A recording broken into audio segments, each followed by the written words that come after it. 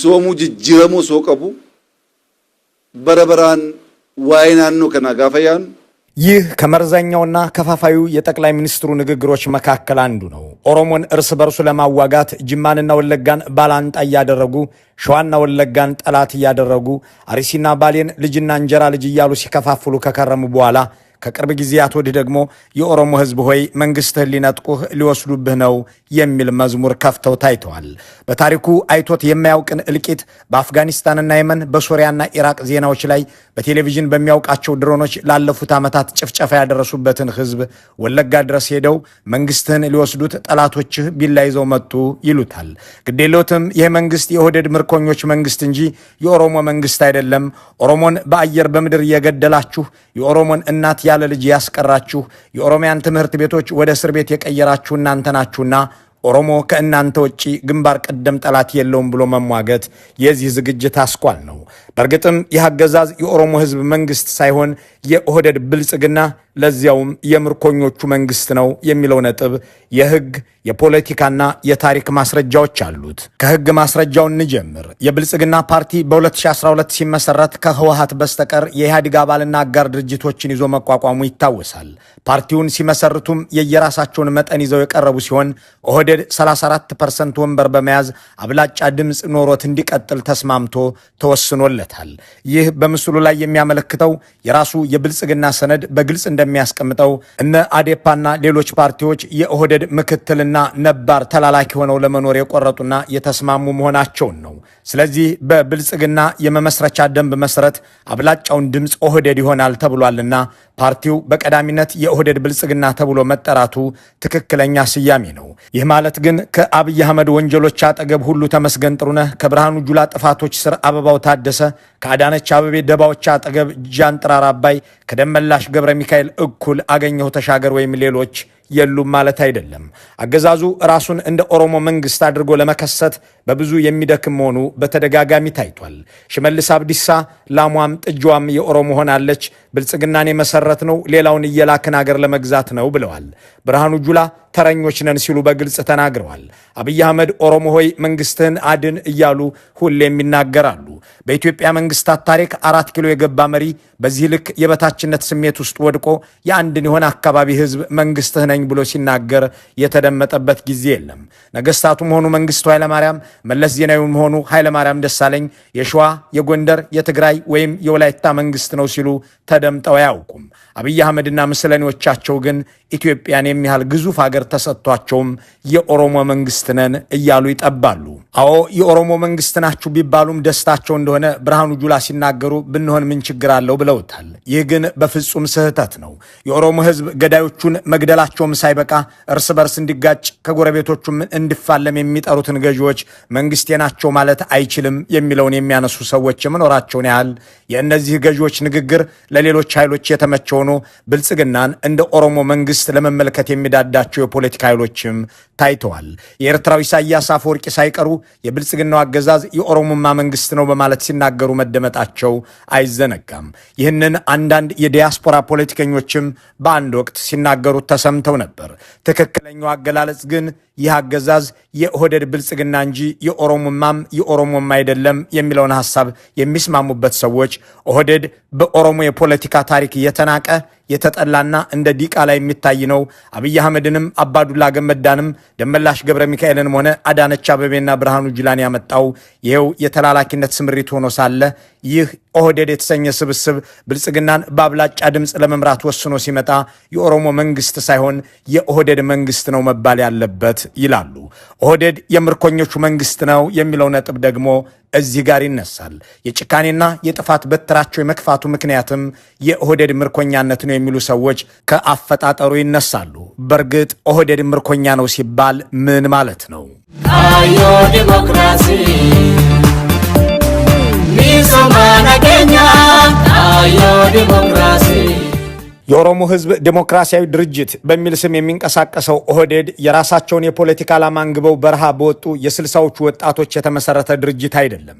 ይልቁንም ለወቅቱ መንግስት ወግነው ሲዋጉ በሻቢያ በህወሓትና በኢህድን የተማረኩ ሰዎች በማራኪዎቻቸው ነፃ ግዛት ውስጥ የመሰረቱት ድርጅት ነው።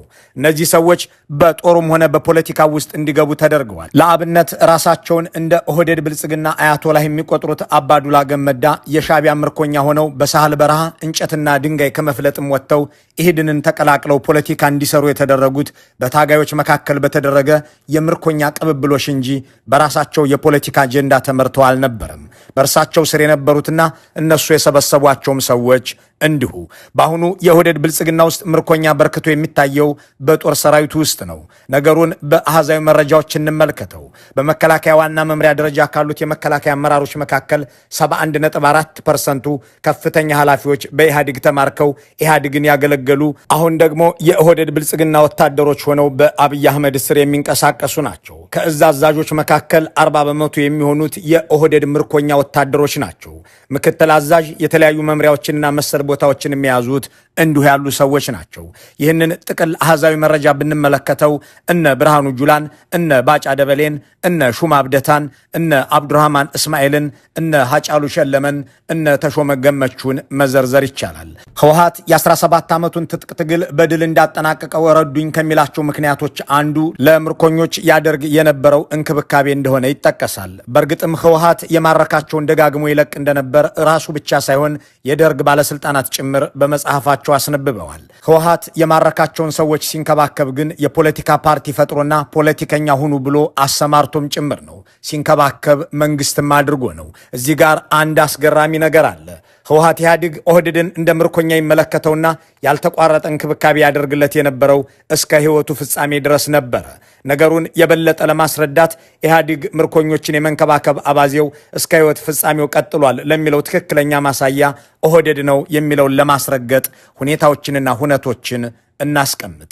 በኢህአዴግ የስልጣን ዘመን እንደ አቶ ስዬ አብርሃ ያሉ ሰዎች ከህወሓት፣ እንደ አቶ ታምራት ላይኔ ያሉት ከብአዴን፣ እንደ አባቶ ኪሾ ያሉ ሰዎች ከደኢህዴን አደረጉትም አላደረጉትም በሙስና ወንጀል ተከሰው ተፈርዶባቸዋል። ዋነኛው የሙስና ማዕከል የዝርፊያ ቁንጮ ከሆነው የኦህዴድ አመራር መካከል ግን አንድ ሰው እንኳን በሌብነት አልተከሰሰም፣ አልተወነጀለም። የራሱ የኢህአዴግ የጥናት ኢንስቲትዩት የሚያሳየው መረጃ በወቅቱ በትግራይም ሆነ በአማራና ደቡብ ክልሎች የነበረው ሙሰኛ ባለስልጣን አነስተኛ ሲሆን ከትራፊክ ፖሊስ እስከ ፕሬዝዳንት ቢሮ ድረስ ዋናው ዘራፊ ግን ኦህዴድ እንደነበር ተረጋግጧል። የወቅቱ ርዕሰ መስተዳድር አባዱላ ገመዳ በኢህአዴግ ስብሰባ ላይ በሌብነት ተወንጅለው ዘርፈው ቤት ሰርተዋልም ተብለው እሳቸውም አምነው በድርጅቱ ምህረት ተደርጎላቸው የሰረቁትን ቤት እንዲመልሱ መደረጋቸው በጋዜጦች መዘገቡ አይዘነጋም። ይህ ኢህአዴግ ኦህዴዶችን እስከ መጨረሻው ምርኮኞቹ አድርጎ እንደሚመለከታቸውና ምህረትና እንክብካቤውም ያልተለያቸው ከዚሁ ምርኮኞቼ ናቸው ከሚለው አስተሳሰብ በመነጨ እንደሆነ የሚያስረዱ አስተያየት ሰጪዎች ስዬን ከህወሓት፣ ታምራትን ከብአዴን፣ አባተን ከደኢህዴን በሙስና የከሰሰ ኢህአዴግ የኦህዴዱን አባዱላን ግን በምህረት ይለቃቸዋል ሲሉ ይገረማሉ። ምርኮኛ አያያዜ ደርግን ለመጣል ጠቅሞኛል የሚለው ኢህአዴግ ከምርኮኞቹ እየጠራ የፖለቲካ ሰው እንደሆኑ የፈጠራቸውን ኦህዴዶችን ከሌሎች አባል ድርጅቶቹ አመራሮች በተለየ ለ27 ዓመታትና ከዚያ በላይ እስከ መጨረሻዋ ደቂቃ ድረስ ሲንከባከባቸው ቆይቷል። ይህም እንደ ምርኮኞቹ ይመለከታቸው ስለነበር ነው የሚለውም የአሁኑ የኦህዴድ ብልጽግና አገዛዝ የምርኮኞች መንግስት ነው የሚለውን ለማስረገጥ ጠቃሚ ይሆናል። በእርግጥም ብርሃኑ ጁላን ከምርኮኛነት አንስቶ እስከ ምክትል ኤታማዦር ሹም ሲያደርስ አባዱላ ገመዳን ከክልል ፕሬዝዳንትነትም በፊት ጄኔራል ከዚያም በኋላ አፈ ጉባኤ ሲያደርግ እንደ ይልማ መርዳሳና አብይ አህመድ ያሉትንና እንደ አባዱላ ያሉትን ምርኮኞች እንደ ሰማይ የሚያዩትን ሰዎች በወንጀል ከመጠየቅ ይልቅ እስከ ጠቅላይ ሚኒስትርነት ሲያደርሳቸው ምርኮኛን የመንከባከብ አባዜውን እስከ መቃብሩ ድረስ እንደቆረበበት ያስመስልበታል። የሚገርማችሁ ትግል ገብቼ በአመቱ ገደማ ወለጋ ነበርኩ። አባዱላ ላገኘው አዲስ አበባ መጣሁ። አባዱላ ማለት በዚያ ጊዜ ስሙን ለመጥራት የሚያስፈራ በጣም የከበደ ሰው ነው ለኛ። በኔና በሱ መካከል 20-30 ሰዎች ሊኖሩ ይችላሉ። የሩቅ መሪ ነው። መጥቼ ጉለሌ ካላገኘሁት ብዬ ጊዜ የለውም ሲባል አልቅሼ ቡና እየጠጣው ከሱ ጋር 30 ደቂቃ አውርቼ ከዚያ በኋላ ለረጅም ዓመታት ላለፉት 20 ምናምን ዓመታት የቅርብ ጓደኛዬ ሚስጥረኛዬ ነው። ምናልባት ግን አባቴ ሊሆን ይችላል በእድሜ።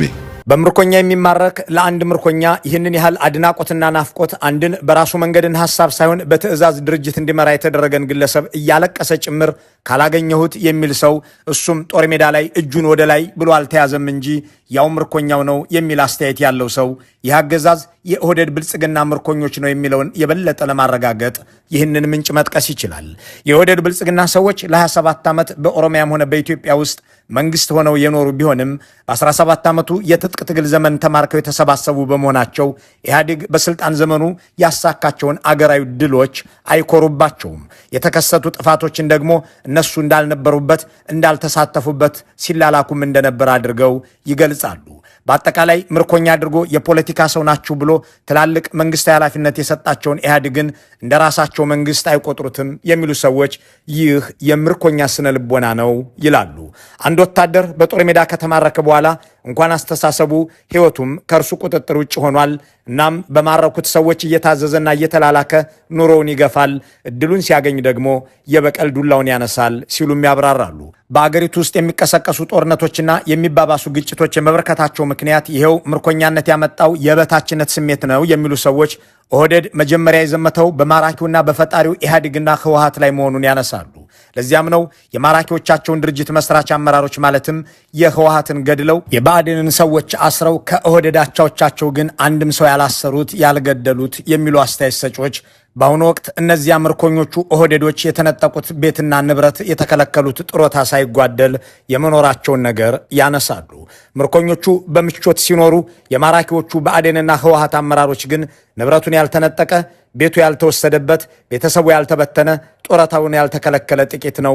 ይህም የምርኮኛ በቀል ውጤት ነው ይላሉ። ምርኮኛ በልቡ ውስጥ ታስሬ ነበር፣ ተዋርጄ ነበር የሚል ቂም ይዞ ሲኖር ሹመቱን በቀል ለመፈጸም እንደ ትልቅ ዕድል እንደሚቆጥረውም እነዚሁ ኦህዴዶች ማሳያ ናቸው ሲሉ ይጨምራሉ። ከዚህ አስተያየት ጋር የሚጣጣም ክስተት የሚያስነብበን የቻይና ታሪክ እስከ 20ኛው ክፍለ ዘመን በዚያች ሀገር የነበረን የጃንደረቦች ህይወት ይተርክልናል።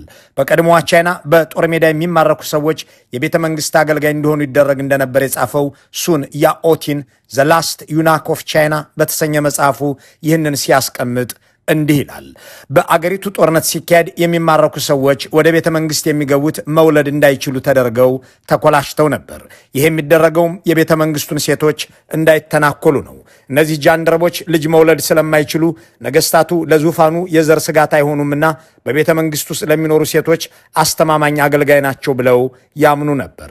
እናም የሚሰጣቸውን የዕለት ተዕለት የቤተ መንግስት ስራዎችን ማከናወን፣ ዕቁባቶችን ማስተዳደር፣ ጽዳት፣ ምግብ ማብሰልና በተለያዩ ስነ ስርዓቶች ላይ መሳተፍ የሚያስችል ስልጣን ይሰጣቸዋል። ጊዜ እያለፈ ሲሄድ እነዚህ ጃንደረቦች የንጉሠ ነገሥቱን ሰነዶችና ገመናዎች የመቆጣጠር ስልጣን፣ የመንግስትን ድክመቶችና የስልጣንን ጠቀሜታ የማወቅ እድል እያገኙ ሄዱ። እናም እነዚያ በሎሌነት ብቻ ሊሰሩ የገቡት ጃንደረባዎች በሙስና ተዘፍቀው ንጉሠ ነገሥቱን እንደፈለጉ የሚያሽከረክሩበትን ሁኔታ ሲያገኙ የራሳቸውን ምስጢራዊ ፖሊስ አደራጁ። በንጉሱና በተለያዩ ወገኖቹና ደጋፊዎቹ መካከል ገብተውም ሴራ ሸረቡ። ልጅ ስለሌላቸው የራሳቸውን ስርወ መንግስት ለመተካት አይሞክሩምና ለአፄው ብቻ ታማኝ ይሆናሉ ተብለው የታመኑት ምርኮኞች በመጨረሻ ንጉሱን መርዘው በመግደል የግል ጥቅማቸውን ለማስጠበቅ ሲሉ ከባዕድ ወራሪዎች ጋር በሚስጥር በመደራደር አገሪቱን ለጥቃት አጋልጠው ህዝብን ያስጨረሱ ሆነው ታሪካቸው ያበቃል።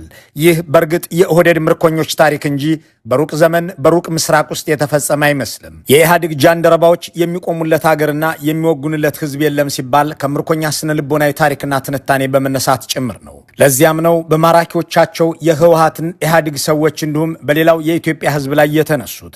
ጥያቄው ግን ጀግናን አከታትሎ መውለድ፣ ታማኞችንና የአገር አውራዎችን መፍጠር የሚሆንለት የኦሮሞ ህዝብ እነዚህ ሰዎች የመሰረቱትን አገዛዝ የኦሮሞ መንግስት ነው ሲሉት ይቀበለናል ብለው እንዴት ታሰበላቸው የሚለው ነው። ደርግ እዚህ ቦታ ላይ መሸነፉን ካወቀ በኋላ የአባይ ድልድይን በአይሮፕላን ለማፍረስም ከፍተኛ ሙከራ አድርገዋል። እንደማስታውሰው ድልድዩን ለመስበር ብዙ አውሮፕላን በረራዎች አድርገዋል። ግን የኢህአዴግ ሰራዊት የአየር መቃወሚያ ምድቦች ነበሩ። ደርግ እስኪደመሰስ ድረስ በዛ ቦታ ላይ ነበሩ። እነዚህ ሰዎች እንዲህ የሚወነጅሉት ደርግ የመሰረተውን የራሳቸውን እናት ጦር ነው። የሚኩራሩት ደግሞ በማራኪዎቻቸው ኃይሎች ነው። አሁን የሚኩራሩት እንደ ቻይና ጃንደረባዎች ማርከውና አምነው ስልጣን ከሰጧቸው በኋላ ክህደት በፈጸሙባቸው ሰዎችና አገር ላይ ነው። እነ ባጫ የፈጠሯቸው እነ አባዱላ የሰበሰቧቸው እነ አብይ አህመድ ያቋቋሙትን ገዢ ስብስብ ዛሬ የኦሮሞ መንግስት ነው ሲሉ የሚያምን ካለ እሱ ለኦሮሞ ህዝብ ንቀት ያለው ሰው ነው የሚል አንድ አስተያየት ሰጪ በየትኛውም መመዘኛ ምርኮኛና የፖለቲካ ጃንደረባ ሆኖ ዘመኑን የኖረ ሁሉ የኦሮሞን ህዝብ አይመጥነውም ሲል ያክላል። በእርግጥ የፖለቲካ ጃንደረባነታቸውም ሆነ ምርኮኛነታቸውን ለመካድ እምብዛም አይሽኮረመሙም። ይልቁንም ተላላኪ ነበርን በሚል ስም ምርኮኛነታቸውን ከፍ ያለ ማዕረግ ሰጥተው ይጠሩታል። እኔ የሥራ አስፈጻሚ አባል ሆኜ ለማም የሥራ አስፈጻሚ አባል ሆኖ የምናገለግለው ሌሎች ጌቶችን ነበር። ሁለታችንም የሥራ አስፈጻሚ አባል ሆነን ለኢህአዴግ ስብሰባ ስንገባ እዛው አንብበን እዛው ጥለነው የምንወጣ ሰነድ ይሰጠናል። እዛው አንብበን እዛው እንወያያለን። አሁን እኛ የምናስበውን ጽፈን በይፋ ለህዝብ እናቀርባለን። እስከዛሬ እኛ አስበነው አቅደነው የሰራነው የለም። እናገለግል የነበረው ሌሎች ጌቶችን ነበር።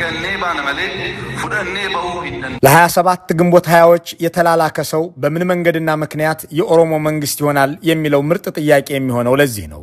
ኦሮሞን ለመግደልና ለመፈናቀል ለመዘረፍና ለመሳደድ የዳረገ አገዛዝ በየትኛውም መመዘኛ የኦሮሞ መንግስት ይሆናልን? ደግሞስ በተለያዩ አገሪቱ ክፍሎች ለተፈጸመው የጦር ወንጀል፣ የዘር ማጽዳት ወንጀል፣ የዘር ማጥፋት ወንጀል፣ ዝርፊያ፣ የነፍስ ማጥፋትና ሀብት የማሸሽ ወንጀል የኦሮሞ ህዝብ በስሙ እንዲወራረድበት የሚፈለገው በምን ዕዳው ነው? ባልበላ አንጀቱ እና አዳነች አቤቤ፣ ሽመልስና አብይ፣ ብርሃኑና ሌሎች በዘረፉት በሌብነት የሚከሰስበት፣ ባልገደለ እጁ በነፍስ ማጥፋት የሚፈለግበት ከቶ ለምን ነው የሚለው ጥያቄ ልክ የሚሆነውም በዚሁ ምክንያት ነው። እንዳም ሆኖ በሰሜን ኢትዮጵያ ያጋጋሉትን ጦርነትና የፈጸሙትን ጄኖሳይድ ለማወራረድ የሚደረግ እንቅስቃሴ ባዩ ጊዜ ደግሞም አጣላሁት አለያየሁት ያሉት የአማራና የትግራይ ህዝብና ልሂቅ ተለያይቶ የሚለያይ ተለያይቶም የማይለያይ ተራርቆም የማይራራቅ መሆኑን ባረጋገጡ ጊዜ ኦሮሞ ሆይ መጡብህ ማለት ጀምረዋል።